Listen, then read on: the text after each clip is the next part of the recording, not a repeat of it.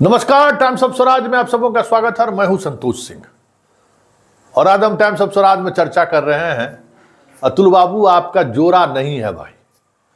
हम वैसी नहीं कहते हैं आपको कि आप अतुलनीय हैं, आपका दूर दूर तक जोरा नहीं है। आप क्या बात, कुछ याद कीजिए, कुछ अपनी ही कही गई बातों को याद कीजिए। ये जो रिजल्ट आप निकाले हैं, चलिए इसके लिए बहुत बहुत बहुत बहुत धन्यवाद आपको कि कम से कम 2200 लड़कों का तो भलाई हुआ। जो 2200 लड़के रोड पर थे वो तो नौकरी में आए। चलिए इसके लिए दिल से आपको बधाई। लेकिन सवाल कुछ और भी है अतुल बाबू, उस पर भी गौर करिए और ये जरूरी है, ये जरूरी है। ऐसे स्टूडेंट, ठीक है, आप अगर आपको लगता है कि नहीं कुछ सरकार की भी अपना किरतानी है और नीतीश बाबू का भी मेहरबानी है, तो नीतीश बाबू को खुश करने के लिए या तेजस्वी को खुश करने के लिए भी आपको कुछ करना पड़ता है तो वो करिए, उसमें कोई गुरेज नहीं है। लोग करते ही करते हैं। लेकिन जरा उन बच्चों के भविष्य के बारे में भी सोचिए जो आपके बहाली प्रोसेस में गलत तरीके से घुस गया है। जो योग्य नहीं है वो लोग घुस आए हैं, भले आपके परीक्षा में पास क्यों नहीं कर गए।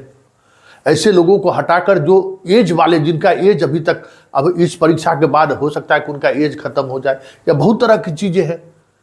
फर्जी डिग्री या फर्जी तरीके से जो अपॉइंटमेंट हो गया जिनका, उनके जगह पर तो बहाल करिए। वो तो आप वादा किए हैं, आप खुद कहे हैं, आज ही हम चलाए हैं। आप कई बार इस बात को दोहराया है। और कब होगा सवाल है कि शिक्षा विभाग 4700 लोगों को आपको सूची भेज दिया। ये 4700 वही लोग हैं ना जो एक तीनों फॉर्मेट में जो है सो कंपीट कर गए।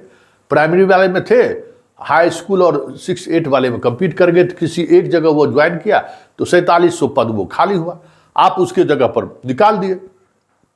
लेकिन हजारों हजार आपके निर्धारित योग्यता को वो फुलफिल नहीं करता है, फिर भी वो शिक्षक बन गया है और सब चुप है। देखिए खामोशी, देखिए किस तरीके की खामोशी, उस पर कोई चर्चा करने को तैयार नहीं है।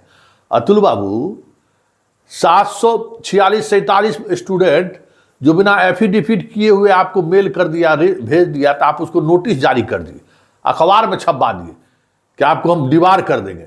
12,000 से अधिक जो चुनौती दिया, सब कुछ दिया कि नहीं हम क्वालिफाई हैं, हमारा रिजल्ट क्यों नहीं दिया गया, उसका क्या हुआ? उस पर कब निर्णय होगा? वो निर्णय तो बनाना चाहिए। आप जो ट्वीट करते हैं रोज, उस ट्वीट में बताइए कि उसका रिजल्ट कब आप दीजिएगा, वो कब तक चलेगा, उसकी प्रक्रिया भी तो समझ में आनी चाहिए कि आपने बहाली प्रोसेस में कहाँ आपका सॉफ्टवेयर गड़बड़ी किया है। और सॉफ्टवेयर आपका गड़बड़ी किया है, ये कई ऐसा प्रमाण हमारे पास है जिन प्रमाणों के सहारे हम पूरी खबर दिखा सकते हैं कि आपके सॉफ्टवेयर में कहां गड़बड़ी हुई है।